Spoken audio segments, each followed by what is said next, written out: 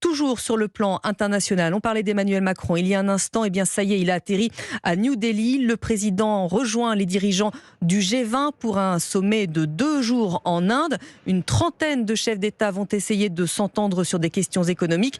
Bonjour Sébastien Le Belzic. Oui, bonjour Lénaïque, bonjour à tous. Vous êtes l'envoyé spécial d'Europe 1 en Inde. Alors quel est l'agenda, Sébastien, du président français sur place ?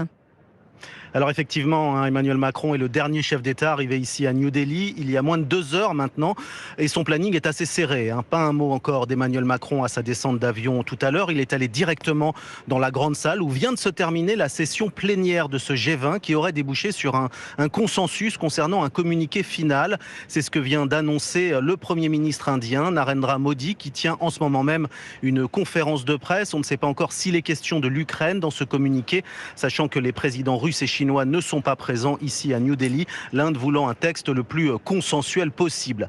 Autre avancée notable de ce sommet, l'intégration officiellement actée aujourd'hui de l'Union africaine au G20, qui se retrouve donc à la même table que l'Union européenne et les 19 pays les plus riches du monde. Une adhésion de l'Union africaine qui compte 55 pays membres et qui est considérée comme une victoire diplomatique pour l'Inde, qui s'affiche ici comme leader des pays du Sud. Merci Sébastien Le Belzic, envoyé spécial d'Europe 1 à New Delhi pour ce sommet du G20.